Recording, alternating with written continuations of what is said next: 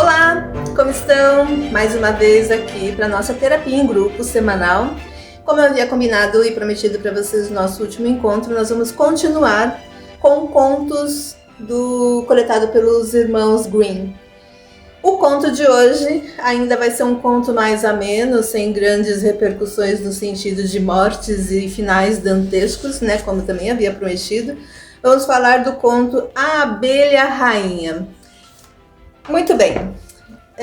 Para quem não me conhece, eu sou a Rosângela Correa, psicoterapeuta na linha junguiana, e faço as transmissões tanto no YouTube, a gente sobe o vídeo lá para o YouTube também, bonitinho, né, cortado, otimizado, com uma grade bonitinha, com a imagem maior e melhor, e aqui também no Instagram. Lembrando que aqui no Instagram eu uso outro aparelho de telefone, que é mais antigo, então a imagem não é tão boa, fica meio desfocada, mas ainda assim fica aí a conversa, né, para vocês poderem acompanhar na medida que vocês tiverem interesse. Mas eu, como sempre, convido vocês, conclamos a entrar no YouTube e se inscreverem lá, até para, né, alavancar e fortalecer o canal do Viva Vidas Vivas.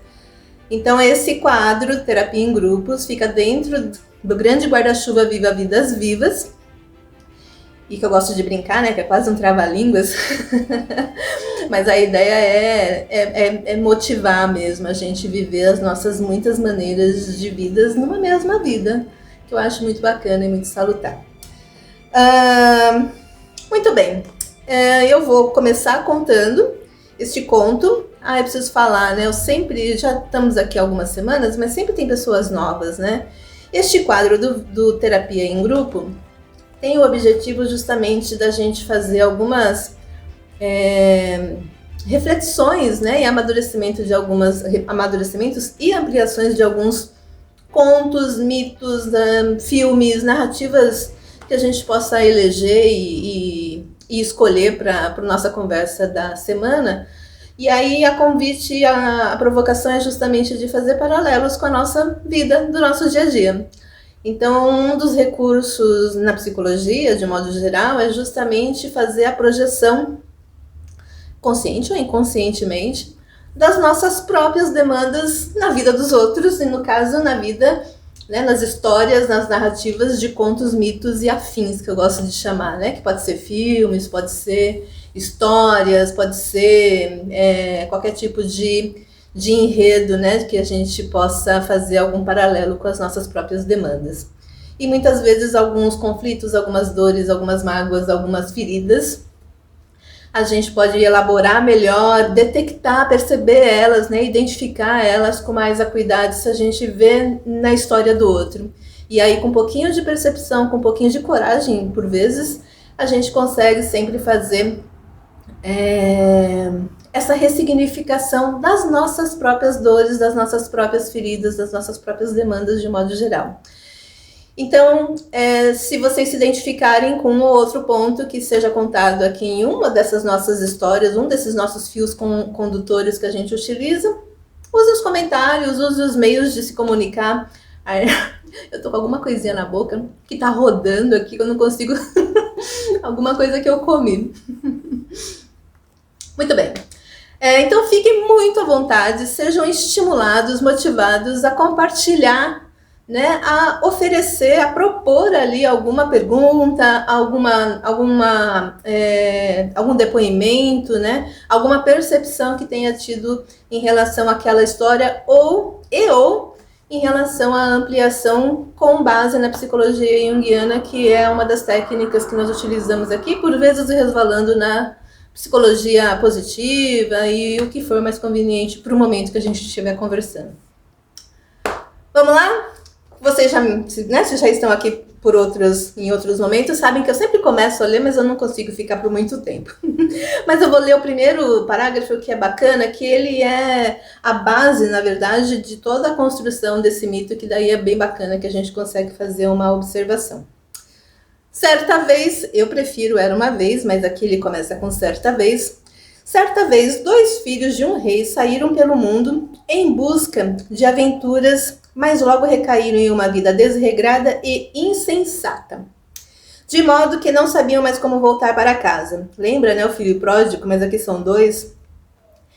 Então, o irmão deles, que era um anãozinho insignificante, saiu à procura dos dois, mas quando os encontrou, os irmãos apenas riram dele, por pensarem que o anão, que era tão jovem e ingênuo, poderia tentar viajar pelo mundo, enquanto eles, que eram mais espertos, não haviam conseguido cumprir a proeza.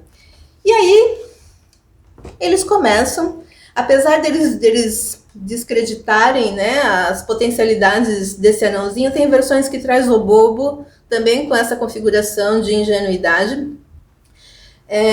Mas nessa versão aqui deste livro, ele está justamente com essa pontuação de anãozinho insignificante.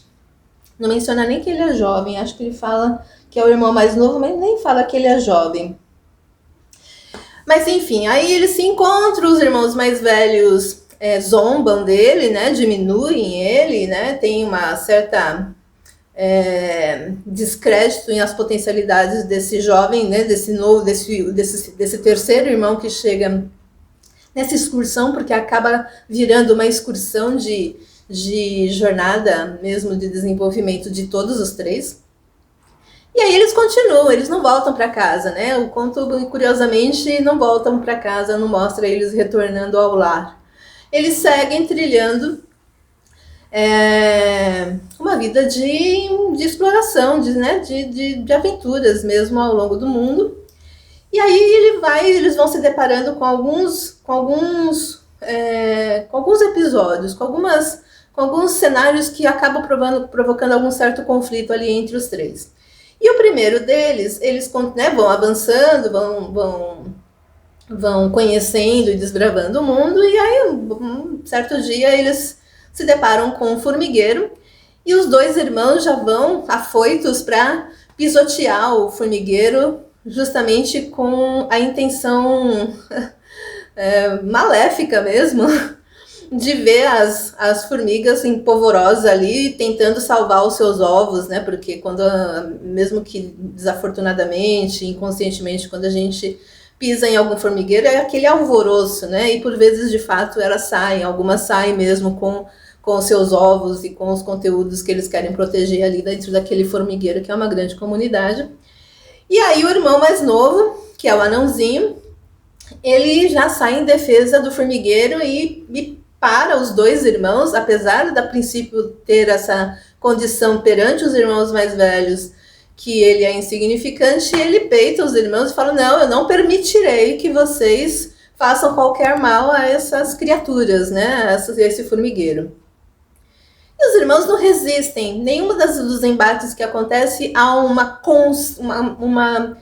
avanço, né, no conflito, né, na insistência de provocar aquela dificuldade. É impressionante e interessante que a impressão que eu tenho, lendo e estudando esse conto, é justamente de fazer o forjamento, sabe? O amadurecimento, a construção justamente da manifestação que acontece dessa psique que a gente vai entender como uma única psique, né, que são os vários aspectos da psique, esses irmãos, que é justamente a elaboração dessa psique mais jovem, que é aquela que faz a transformação, de fazer os testes e o quanto ele já é capaz de argumentar e se manter firme e fazer o processo de desenvolvimento do conjunto como um todo. E aí eles seguem viagem, e aí andam mais um pouco, tal, e aí, num dado momento, eles se deparam com um grande lago, que algumas versões são vários patos, outras versões são especificamente 2 patos, e aí os irmãos já ficam em polvorosa para ir lá e pegar, né, capturar aquelas 2 aves, né, aqueles 2 patos, para comê-los, né, para pôr eles lá, assá-los de alguma maneira e se refastelarem ali de uma alimentação que a princípio não estava prevista. E mais uma vez o anãozinho se põe à frente desses 2 irmãos, defende aqueles 2 patos, ou a colônia de patos, em algumas versões, e mais uma vez ele fala: não permitirei que você faça mal a essas criaturas, né? Eu não permitirei. E ele se põe firme ali, e mais uma vez os 2 irmãos que são tidos como mais espertos e inteligentes se dobram, né? se resignam e, em algumas aspas, obedecem, ou efetivamente obedecem o ditame, né? O posicionamento desse irmão mais novo, que é o anãozinho, a princípio tido como anãozinho significante. De significante ele parece não ter nada, não é verdade? E aí eles avançam, né? Continuam a desbravar o mundo. E aí chega num determinado ponto, eles se deparam com uma árvore que, a olhos vistos, tem uma grande colmeia com muitas abelhas, ao ponto que essa grande colmeia fica numa... A impressão que eu tenho, né, quando eu leio, é uma árvore que tem um buraco no meio da árvore e essa colônia de abelhas, essa colmeia de abelhas está dentro desse buraco, né, ao ponto que o mel é tão abundante que fica escorrendo por entre, né, descendo pela árvore. E os irmãos, mais uma vez, têm o ímpeto de acender uma fogueira para poder matar todas as abelhas, para eles irem lá roubarem o mel. É interessante que use essa colocação, né? Não é ir lá colher o mel, é roubar o mel das abelhas. E mais uma vez, o dito anãozinho insignificante se põe à frente, confronta os irmãos mais velhos e fala que não permitirá que ele faça qualquer mal àquela colmeia ou qualquer uma das abelhas que vivem ali naquela condição. E os irmãos, mais uma vez, se submetem, né, à orientação, à posição desse irmão mais novo, e recuam mais uma vez, e as abelhas, os patos, as formigas são poupadas ao longo desse trajeto, né, dessa viagem que agora estão entre os três. E continuam avançando e fazendo a exploração e conhecendo o mundo, até que chega um ponto que eles chegam num castelo, que é interessante que eles chegam no castelo, e uma das primeiras observações que eles colocam num conto é justamente que tem belos cavalos petrificados em mármore, né? Inclusive tem essa observação. E que não há nenhum homem ao seu redor. Eles começam a entrar em todos os cômodos daquele castelo, procurando uma alma viva, até que eles chegam numa determinada porta que tem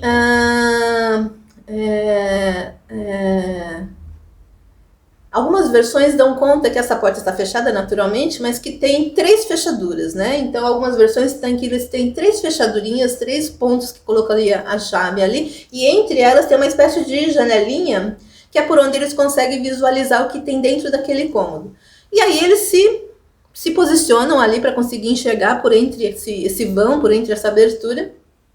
E lá dentro do cômodo ele vê um velhinho, né, fazendo as suas coisas lá. Ele chama o velhinho uma vez, o velhinho não escuta. Ele chama o velhinho mais uma vez, o velhinho não escuta. E aí eles chamam uma terceira vez, que são elementos interessantes e sempre presentes nos contos, essa questão dos 3, né? São os 3 irmãos, são as 3 fechaduras, são os 3 chamados. Desculpa. E aí ele chama pela terceira vez esse velhinho, e esse velhinho percebe ele, vem, abre a porta, colocam eles para dentro, levam eles sem falar nenhuma palavra. Esse velhinho não se comunica com ninguém. E aí ele leva os 3 irmãos para uma sala, né, onde tem uma mesa com várias iguarias, bebidas, e os irmãos se refasteram lá, porque eles deviam estar com bastante fome, sede, né, diante de uma jornada. E aí eles se alimentam e bebem e ficam lá satisfeitos. Quando eles terminam de comer e de beber, o velhinho leva eles para descansarem, né, cada qual em um determinado quarto.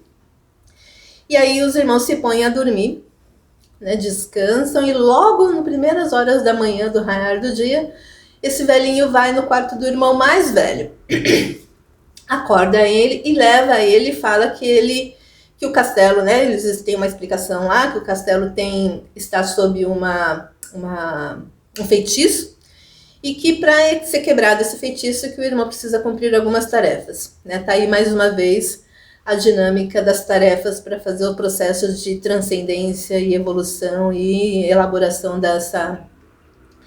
do conjunto da psique, né, que é né, o processo de individuação que a gente sempre menciona aqui no canal, que é um termo técnico da psicologia junguiana, que tem a ver justamente com o desenvolvimento, né, de cada qual.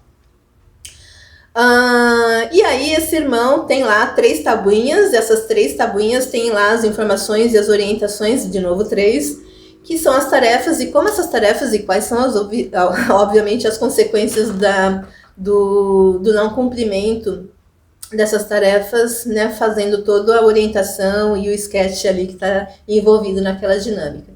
E aí a primeira tarefa que está escrito na primeira tábua é que ele precisa ter uma determinada área lá e tem 1000 pérolas, eu acho que é 1000. 3 tábuas,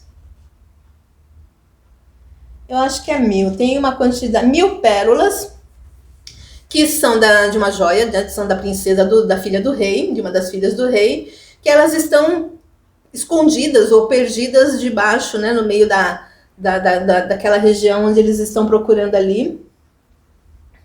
E encontra-se enterradas, isso mesmo, no musgo. É uma informação interessante, porque não é numa terra qualquer, está perdida, estão enterradas no musgo, né, no limbo.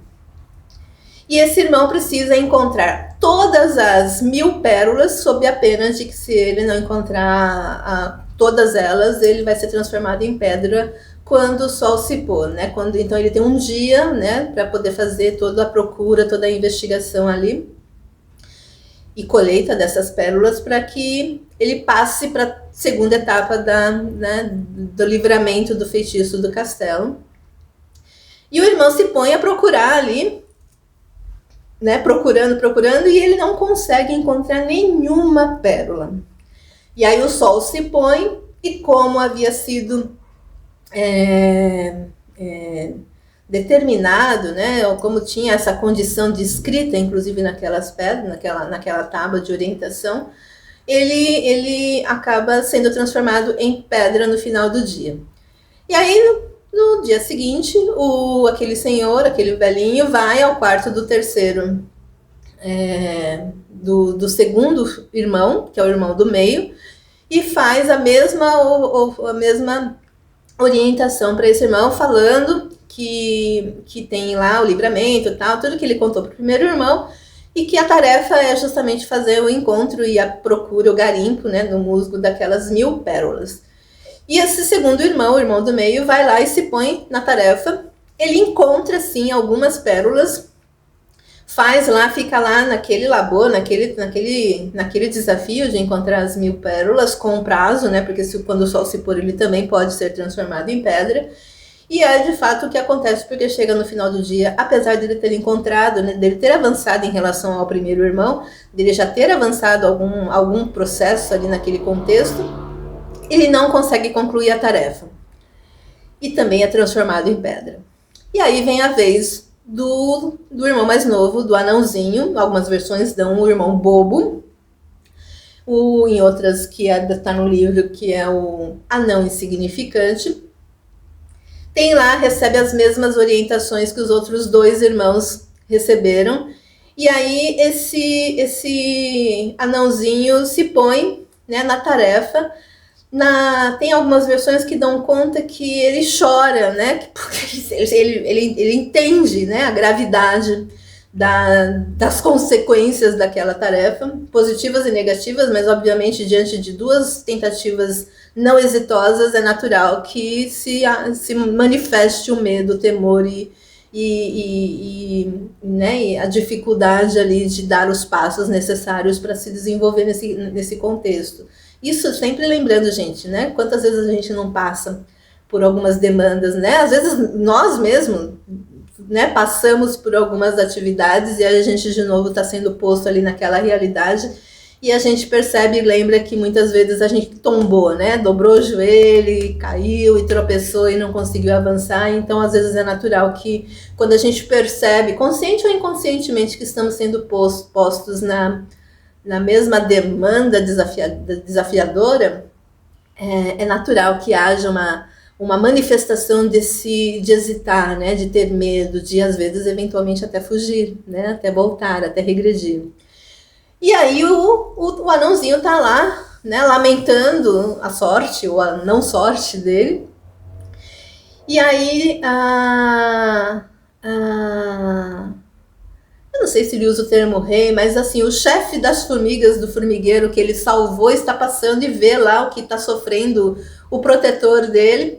E aí esse condutor das formigas, ele vai com um batalhão, né? Dá conta que são 5.000 formigas, e as 5.000 formigas se põem a procurar no musgo todas as pérolas.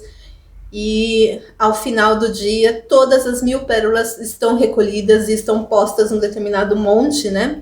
E o dia se põe e ele consegue avançar para a segunda etapa da tarefa, que ele foi, né? Ele conseguiu êxito com base nos conteúdos angariados, porque é mérito, lembra? Na semana passada eu falei a dinâmica dos méritos, né? Que tinha a questão dos duendes lá. Que não é que de graça, nunca é de graça, né? Sempre existe um valor, sempre existe ali um acréscimo, sempre existe um trabalho e um desenvolvimento pregresso por nós mesmos, que às vezes a gente não faz conexões, mas está ali posto diante de um mérito, de um merecimento, aquela bênção, aquela benesse, aquele apoio, aquele amparo, aquele presente, enfim, aquele prêmio. Nunca é de graça. Por mais que por vezes a gente não consiga equalizar quais são, né, todos os caminhos necessários que foram já percorridos para a gente conseguir aquele êxito, é pregresso. Né? Existe um labor. E quando a gente ainda não tropeça, quando a gente ainda tropeça, que no caso são os 2 primeiros irmãos que eles fazem essa tentativa e eles não têm êxito, são as nossas tentativas e erros também. Nada é perdido, nada é desperdiçado. É justamente esse amadurecimento que faz nós avançarmos, né? Essa o norte que nós precisamos ter em mente.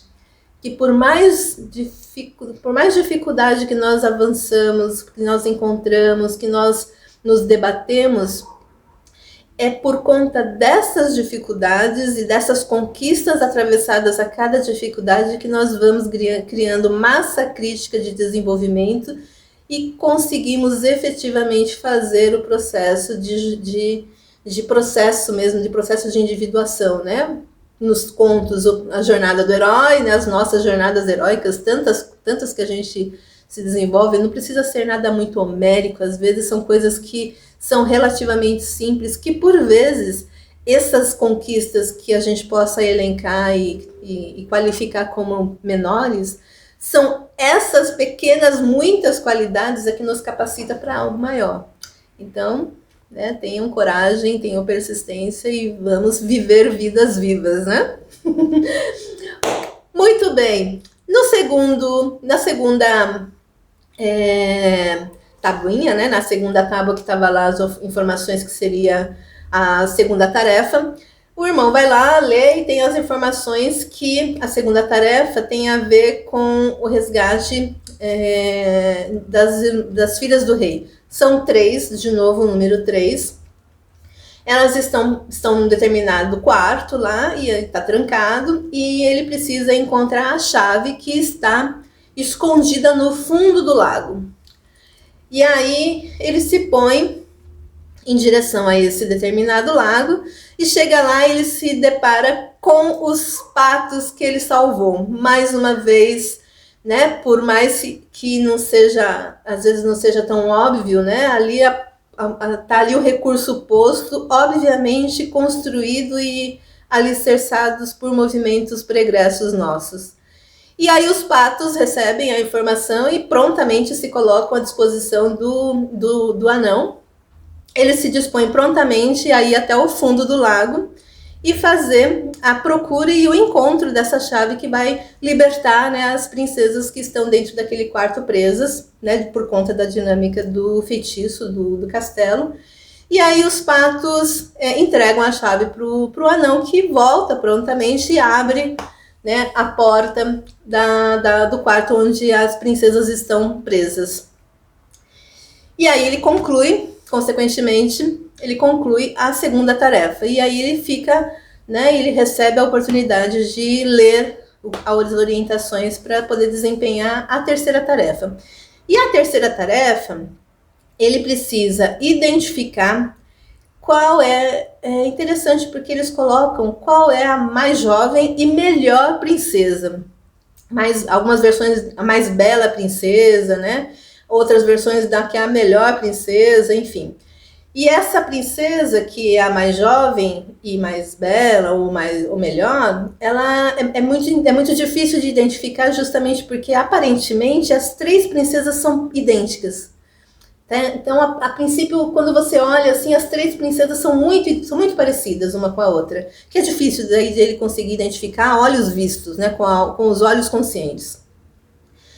E aí, nesse contexto, né, passam mais outras três informações que possam auxiliar ele a identificar qual que é a irmã mais jovem. E aí dizem que a irmã mais velha, né, a princesa mais velha, ela comeu um torrão de açúcar. A irmã do meio, ela comeu uma colher de mel, de melado. E a irmã mais jovem, ela comeu mel, né, uma colher de mel. E aí, para auxiliá-lo nessa atividade, nada mais natural que seja, né, a colônia, né, a colmeia, né, o conjunto de abelhas que ele auxiliou ao longo da trajeto dos irmãos até chegar nesse castelo enfeitiçado. E aí vem a abelha rainha. É curioso porque o nome do conto é Abelha Rainha, né? E a abelha rainha, ela de fato só aparece aqui, né? Na hora que ela consegue, né? Na hora que tem a conclusão, quase a conclusão aí do conto. Eu acho interessante do nome ser Abelha Rainha, porque daí a abelha rainha, algumas versões dão conta que a abelha rainha experimenta os lábios de cada princesa. Eu achei tão bonitinho, tão poético, né? Então a abelha rainha experimenta o lábio de cada princesa. E aí ela pousa, né? Ela para em cima da princesa que havia naturalmente comido o mel, por conta, obviamente, da condição de abelha rainha. Ela acaba fazendo a indicação para o anão de quem é que é a jovem, né? Que diante das condições postas ali naquela tarefa, de quem é que é a jovem princesa mais bela, mais jovem, né, mais melhor e tudo mais. E aí, com essa informação, ele obviamente vence mais essa etapa e acaba dissolvendo, né, quebrando efetivamente o feitiço que estava constelado ali naquele castelo, libertando e despertando toda a comunidade, né, o rei, os homens, as mulheres, né, toda a comunidade que era característica e presente ali no castelo, que estavam desaparecidos quando eles, né, foram por cada cômodo.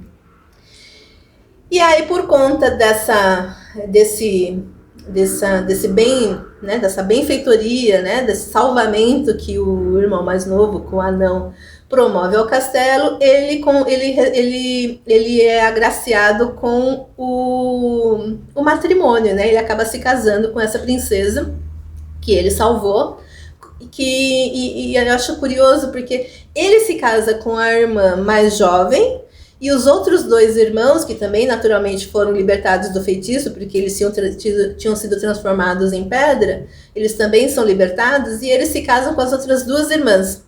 Então os três irmãos se casam com as três princesas do rei, e quando esse rei morre, este anão que se casa com a princesa mais nova e melhor, né? Eu acho curioso isso. Diferente do que nós temos na nossa consciente, ou na vida que a gente tem informação aí de monarquias, né, que são sempre os mais velhos que assumem o trono. Neste conto especificamente também dão conta que é a princesa mais jovem e melhor, né, em ressonância com ele próprio, que é o anão mais novo, ou o irmão mais novo desse trio. E aí ele acaba, quando o rei, né, morre, ele acaba se tornando rei junto com essa princesa que se torna rainha, e o conto acaba aí. É um conto de novo felizinho, né? Mais um final feliz, sem grandes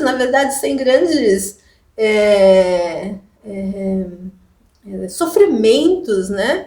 Porque os irmãos mais velhos, eles saem para o mundo com o objetivo de desbravar e ser exitosos, né? E conquistar todas as aventuras e todos os méritos que supostamente eles imaginam que conquistarão. E acabam se perdendo por conta das condutas, por conta das distrações, absolutamente natural em nossas próprias vidas, né? Quantas distrações a gente acaba se perdendo, às vezes, no caminho, né? No trajeto, né? Na intenção de alguma coisa bacana, de alguma coisa útil e grande e transformadora, e a gente acaba se desviando, né, de alguma coisa. E, gente, não precisamos nem filosofar na questão de objetivos homéricos, né, de trajetórias de vida. A gente vai no quarto pegar uma roupa para lavar, e aí a gente se distrai no banheiro e na sala e esquece até o que ia no quarto e fica ali por isso mesmo. As distrações nos arrebata com uma facilidade que é impressionante. E isso é natural, né? Isso é natural. E aí é importante a gente ter isso em mente para, na medida do possível, da nossa consciência, na nossa disposição, das nossas intenções, da nossa persistência, a gente retomar a questão da disciplina e para poder atingir os nossos objetivos. Porque é isso mesmo que acontece, as distrações estão postas aí para nos distrair, mas também para nos validar, sabe? Para nos testar o quão comprometidos nós estamos com as coisas que nós nos propomos a fazer. Então é natural que os irmãos mais velhos tenham de fato se perdido, né, do seu objetivo primordial. E aí é muito bacana e interessante. Uma das coisas que me incomodou, principalmente na versão que está aqui no livro dos Greens, depois eu coloco aqui, tá, gente, na descrição o nome do livro e tal, quem quiser poder ter acesso tem aí. E aí é muito interessante que coloca que é um anão insignificante. E aí uma das reflexões enquanto eu estava fazendo o estudo, porque é muito comum, tá, nos contos, nos mitos de modo geral, ter essas narrativas de 3, quase sempre 3, e aí o irmão mais novo é que sempre salva a lavoura, né? Ele é sempre que resolve todos os problemas. Por conta justamente dessa dinâmica dos mais velhos, né? Que tem essa construção diante de uma determinada situação, obviamente herdada e assimilada por conta de outras experiências pregressas, que a gente às vezes acaba ficando presos e engessados. Mas a questão de a gente fazer esse processo, né? Então, retomando lá, os irmãos mais velhos, né, por vezes eles estão contaminados ou impregnados de conhecimento, né, dos mais velhos, de outras civilizações, de outras experiências, que não que seja inútil, muito pelo contrário, é muito útil. O problema é quando a gente tem crenças limitantes diante de informações pregressas, que por vezes nos limita, literalmente nos limita, a fazer tentativas diferentes, né? Fazer movimentos diferentes, seguir por caminhos ainda não trilhados. E é justamente o que o irmão mais novo, os mais jovens de modo geral, têm essa energia característica impregnada de rebeldia, né? Os jovens têm essa característica arquetípica de romper, de fazer as mudanças, de ir contra o que está posto. E não é para simplesmente fazer esse confronto e essa disrupção, negando e negligenciando e ignorando, como se tudo que foi trilhado, que foi conquistado, que foi desenvolvido antes, não servisse de nada. Muito pelo contrário. São úteis e são importantes para poder justamente alicerçar o caminho para dar saltos, né, diferentes, para seguir caminhos diferentes. O problema é que quase sempre os mais antigos, né, os mais velhos, os irmãos, no caso, os irmãos mais velhos, eles se sentem às vezes tão senhores de si, como se aquilo fosse a única forma de ser feito, que nem consegue perceber a possibilidade inerente de verdade, inclusive, chegar a atitudes e caminhos diferentes e melhores fazendo de outras maneiras que eles conheciam até então. E aí entra mesmo também na questão da rotina, né, e da repetição de questões. Por vezes a gente também não se dá conta, por isso que fazer as movimentações sempre, seguir sempre os mesmos caminhos para voltar para casa, por vezes quando tem algum trânsito, alguma coisa diferente que impede o nosso caminho, às vezes a gente nem faz a menor ideia de que há alternativas e fica ali preso, por vezes, sem poder acessar ou com atrasos em acessar o objetivo que era, no caso, chegar em casa. Então, esse é um exemplo do dia a dia, do banal, né? Rotina, né? O cotidiano. Né? Faça caminhos diferentes para chegar na tua casa, por exemplo. E aí, essas pequenas movimentações, por vezes percebidas até como trivialidades, é impressionante que é um fator cognitivo que nos capacita e nos estimula a fazer isso em várias áreas da vida, se não em todas. Vocês entendem o que eu quero dizer?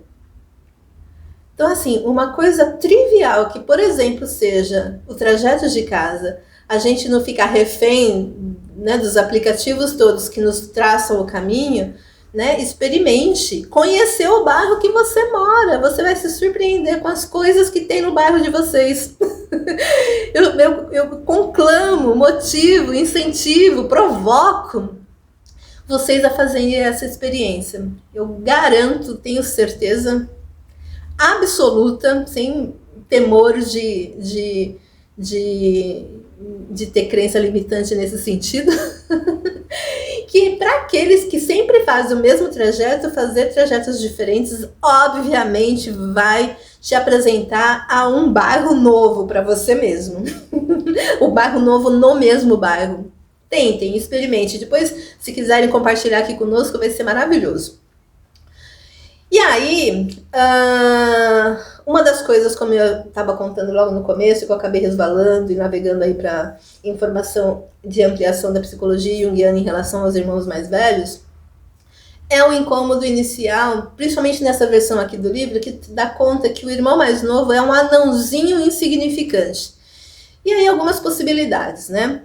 A primeira possibilidade é justamente que ele seja um anãozinho, não necessariamente de fato um anão, mas diante da perspectiva dos irmãos mais velhos, enxergam esse irmão mais novo como não crescido, né? Como não desenvolvido, né? Como um indivíduo que não esteja nas mesmas características que aqueles. E não estão mesmo, ele não está mesmo. E que bom que não está mesmo, porque ele é diferente, ele consegue fazer justamente a disrupção e a mudança, né, do que está posto, do que está conhecido, do que já estão sendo trilhados. E aí ele fala também que é um anãozinho insignificante. O insignificante não é do ponto de vista da perspectiva, obviamente, desse irmão mais novo, mas provavelmente e consequentemente da perspectiva desses irmãos mais velhos que não reconhecem as potencialidades dessa novidade que vem acompanhando essa dinâmica do irmão mais novo, dos irmãos mais novos. Então, é justamente não do ponto de vista dele e do escopo global do conto em si, mas sim da perspectivas, obviamente, das crenças limitantes, das crenças postas, das crenças já entendidas como normais, como postas, como regras, né? Como nenhuma outra maneira de interpretar as dinâmicas como um todo. E aí mostra, inclusive, essa conexão, uma das chamadas, né, desse estudo, desse conto, traz justamente a conexão dessa manifestação através da juventude, da conexão com a natureza, que tem a ver, não necessariamente, sim, muito com a questão natureza mesmo como um todo, mas a natureza de uma maneira mais global, né, mais integral. Que ele está mais próximo e conectado com as potências que estão ali à sua disposição. É por isso que ele tem essa íntima relação com o formigueiro, posto ali no primeiro embate com os irmãos mais velhos, tem posto ali com o embate em relação aos patos, tem ali posto com o embate em relação às abelhas. E aí esses embates e essas posturas, porque apesar dele ser tido como anão insignificante, os irmãos mais velhos se dobram à autoridade, que é impressionante que ele consegue se impor em relação a esses irmãos mais velhos. Porque se os irmãos mais velhos, que são supostamente mais espertos e mais inteligentes, que é o que o conto traz, que eles são espertos e inteligentes, e ainda por cima são dois, como é que esses dois irmãos espertos e inteligentes não fazem frente à autoridade do anão insignificante, que é do irmão mais novo, de falar, eu não permitirei que vocês façam isso ou aquilo. Nem isso é impensável na nossa vida, no dia a dia, na verdade. Agora, quando existe uma autoridade impregnada ali na atitude de um determinado indivíduo, isso é manifesto e é sim muito relevante e impositivo diante de qualquer manifestação de qualquer pessoa, qualquer personagem que seja. Então estejam atentos com quais são as autoridades, não ditatoriais de vocês próprios, mas quais são as autoridades de fato, né? Quais são as habilidades que vocês são portadores e que vocês têm condições de manifestar como um eixo forte para poder defender ou se manifestar em relação às adversidades da vida. Fiquem atentos a isso, né? Não desperdicem as suas capacidades.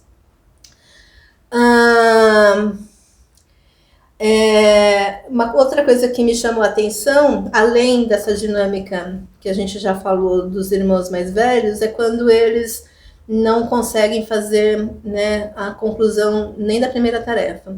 Mas não é inútil, vocês percebem que quando o primeiro vai lá fazer a sua tentativa de investigação, de garimpo daquelas pérolas no musgo, ele não consegue encontrar nenhuma das pérolas, mas ele inicia o trabalho. Por isso que eu falo que nada é em vão. Né? Ele tem a primeira iniciativa, ele é o cara que desafia o primeiro momento. Apesar de ele não ter encontrado nenhuma pérola, provavelmente ele indicou aonde as pérolas não estavam. E isso é valor. Isso é informação, isso é útil e necessário.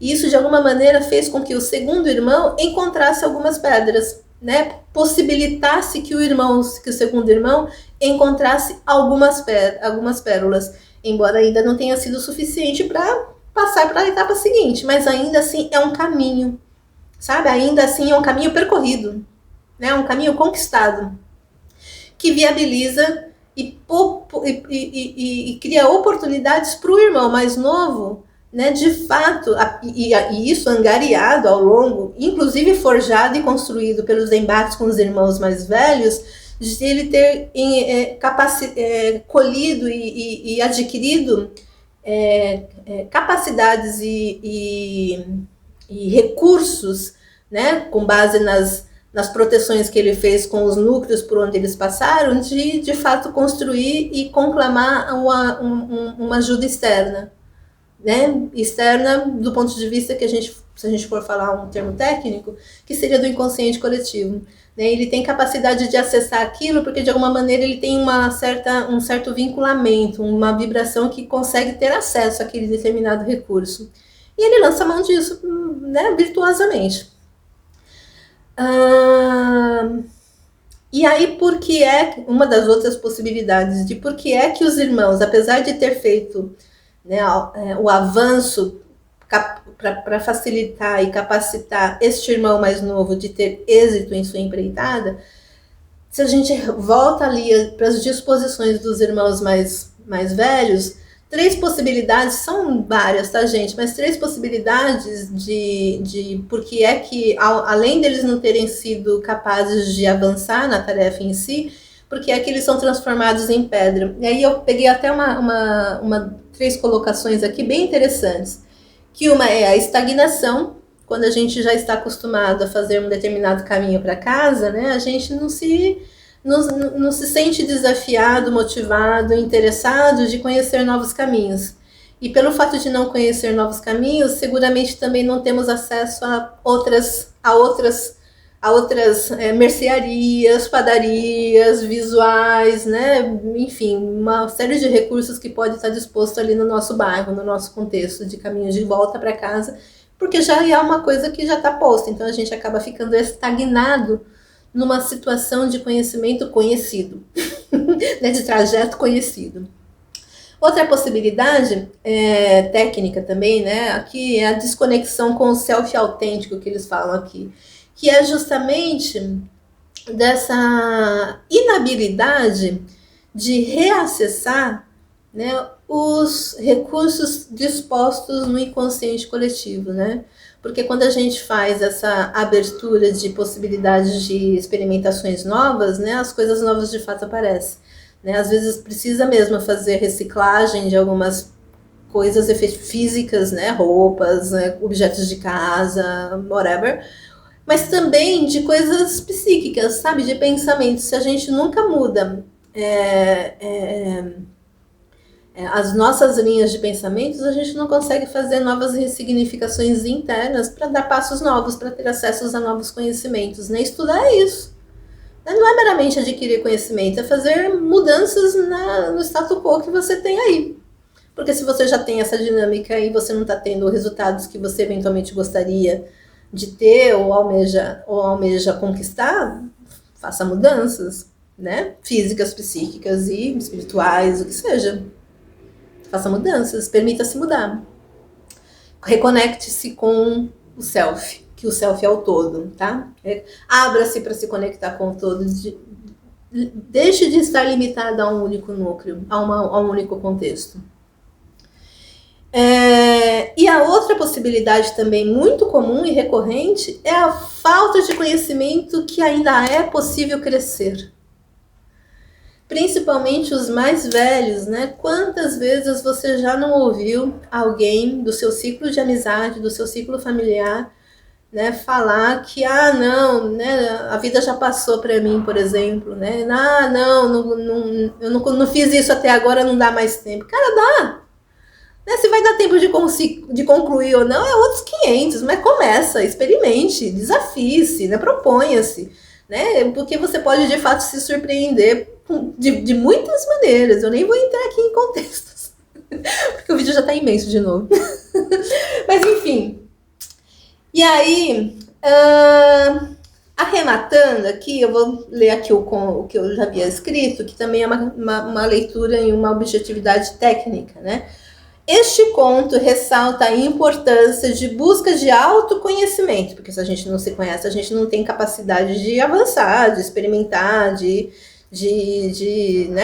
fato criar outras dinâmicas e outras possibilidades para nós mesmos e para o nosso entorno.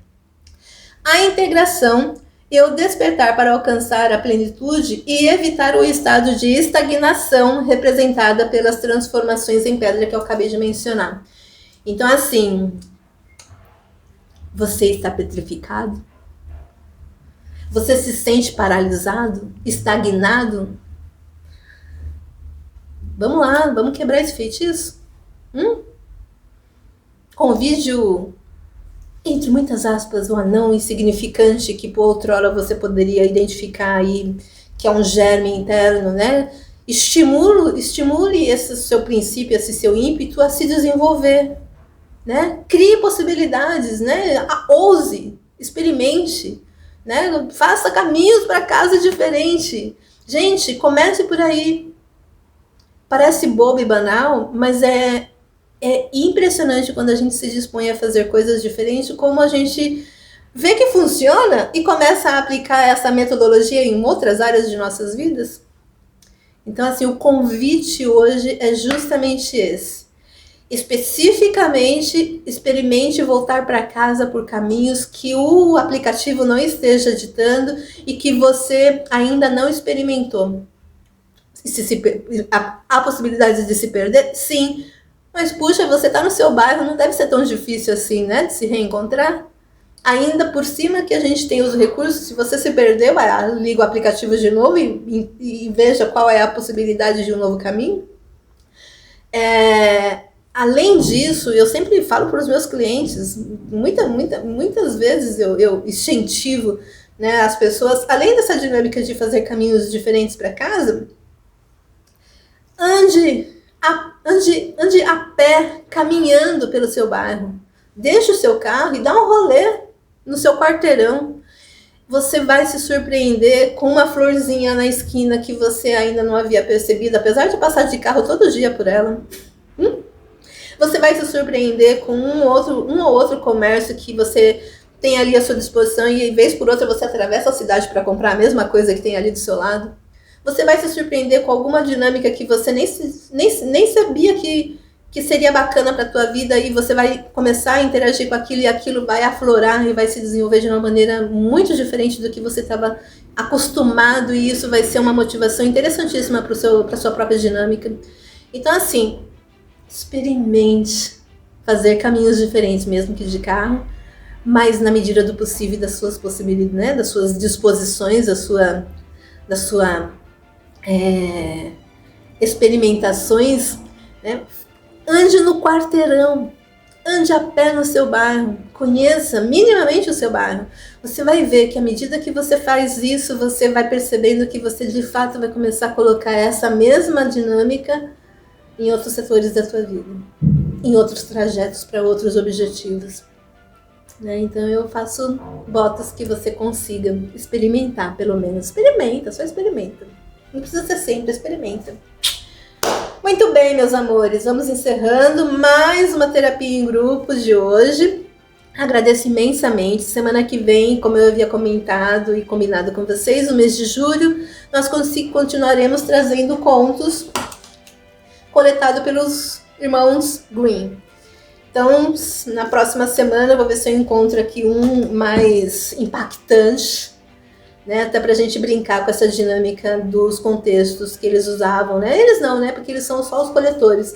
Mas essa disposição justamente da função social que os contos e os mitos imprimiam na sociedade, justamente porque era uma tradição, né, de passagem oral para a família, né, para a sociedade, para a herança, para o desenvolvimento daquele grupo.